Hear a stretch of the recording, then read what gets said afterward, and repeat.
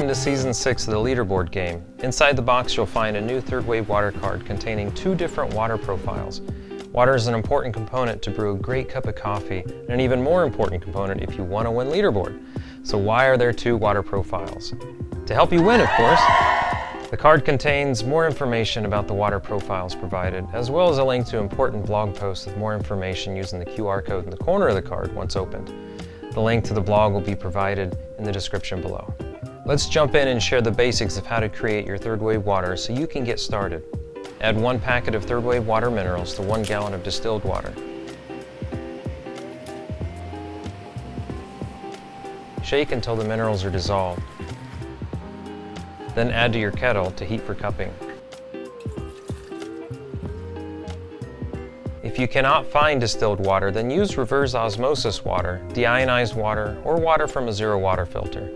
When in doubt, use a TDS meter to measure each water source and make sure that the total TDS is less than 10. Store the mixed water in a sealed container with the lid on and out of direct sunlight. Store the third wave water minerals at room temperature and out of direct sunlight. If you live in a humid environment, then store the minerals in a freezer for long-term storage. Make sure to check your distilled water is potable or drinkable. Sometimes the distilled water that is available was manufactured for different purposes other than drinking. Okay, back to the card. So we provided 5 total sticks that you can make 5 gallons of SCA water. There are 3 1-gallon sticks of espresso water profile and 2 1-gallon sticks of the classic water profile, and 2 brief descriptions of each profile in the upper section of the card with website links to each of the SCA water standards below. Below the descriptions is a special dilution chart for classic.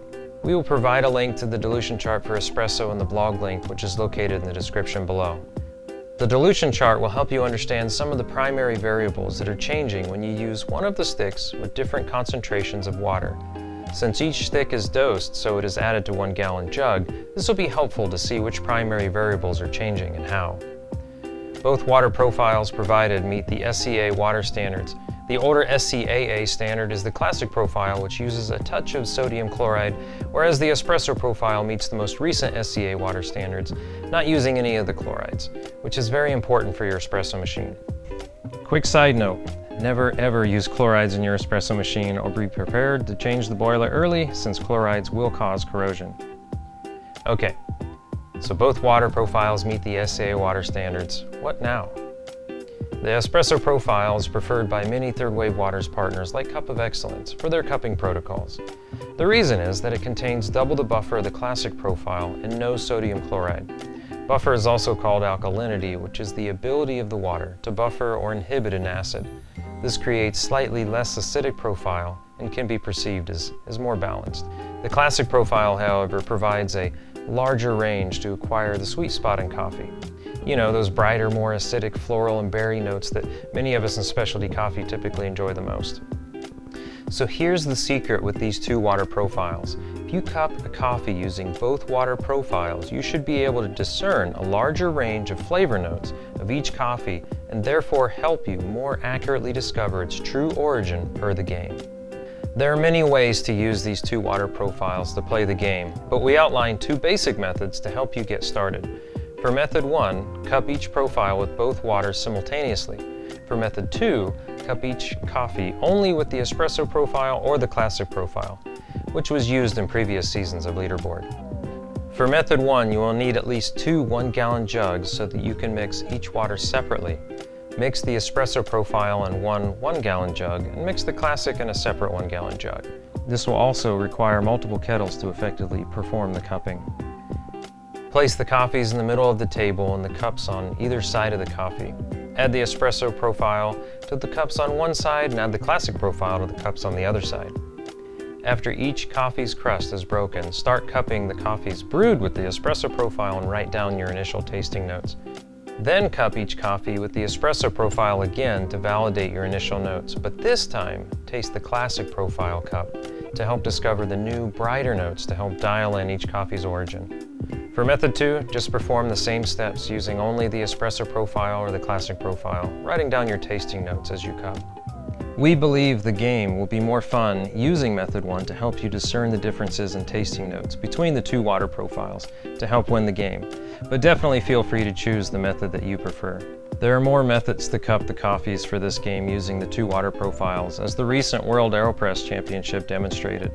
They mixed these two water profiles, creating up to 16 different water profiles to help their coffees taste the best.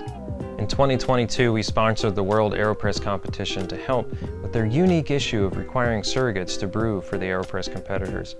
We provide the minerals for their competitors to practice their Aeropress recipe to more easily duplicate, so the judges in Australia could later recreate that for a fair competition.